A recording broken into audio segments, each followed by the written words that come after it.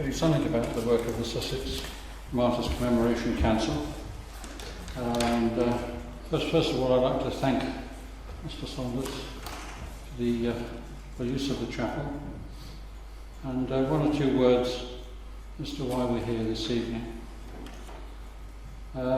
First of all, as regards the work of SMCC and the notification of it to our members, we have a newsletter which we're going to be bringing out very shortly. The last one came out, I don't know if any of you saw it, but it had a picture of Martin Luther on the front before his inquisitors.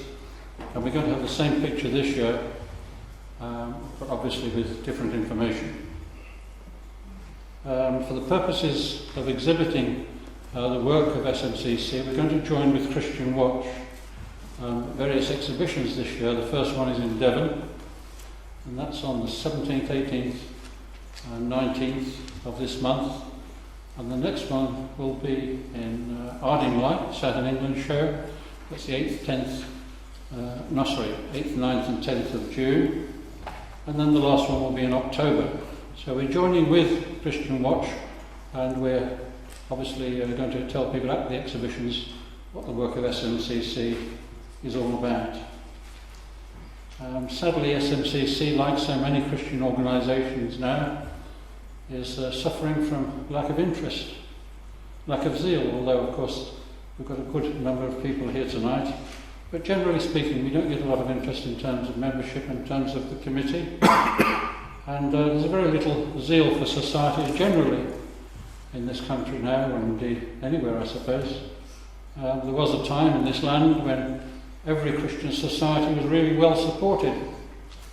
And if you go on the SMCC website, you'll see that there was quite a crowd at one time attending our meetings. There's pictures, old pictures of people at the meetings, and I think there's quite a few hundred of them there. And that's just an ordinary meeting night. Committees, of course, can be a hindrance as well as a help. But the societies themselves, I think, there's a great need for Christian societies to be well supported today.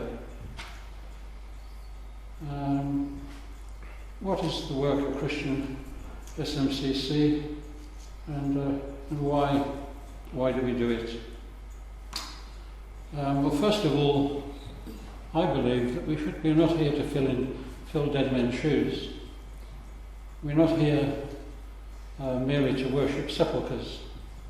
We're here, obviously, because we believe that there is a testimony which was laid down by the martyrs, and they didn't lay it down for us to live vicariously upon that testimony.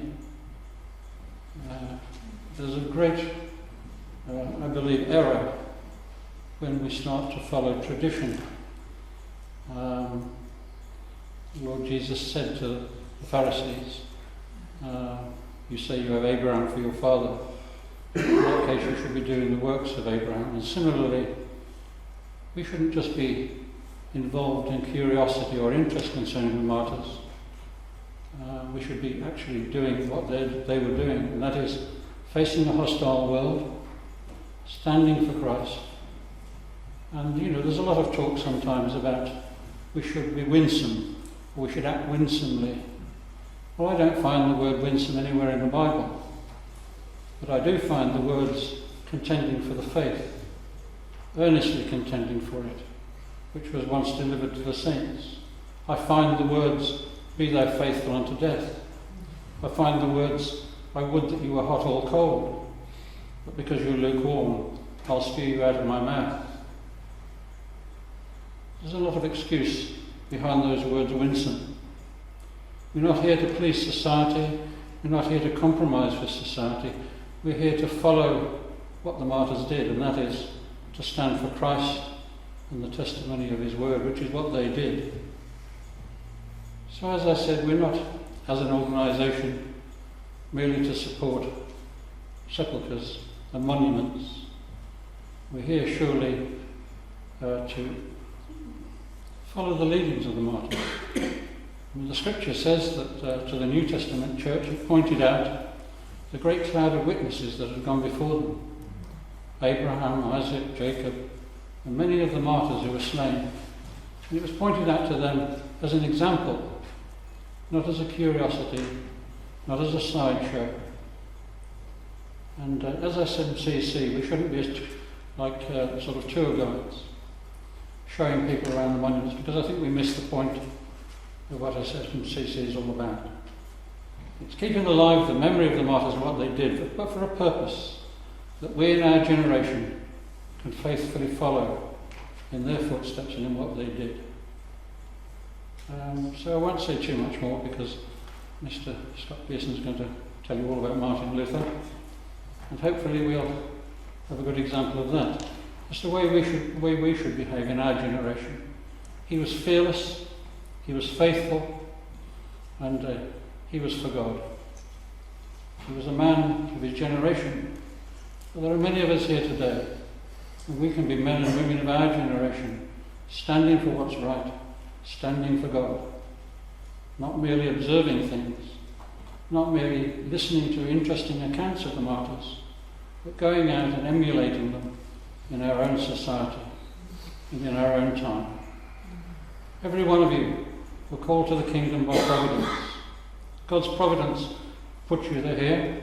God's providence brought you here tonight. And God's providence has brought you to the kingdom for such a time as this. You should be faithful and stand for his truth, like the martyrs did. And that's really all I've got to say. Thank you very much.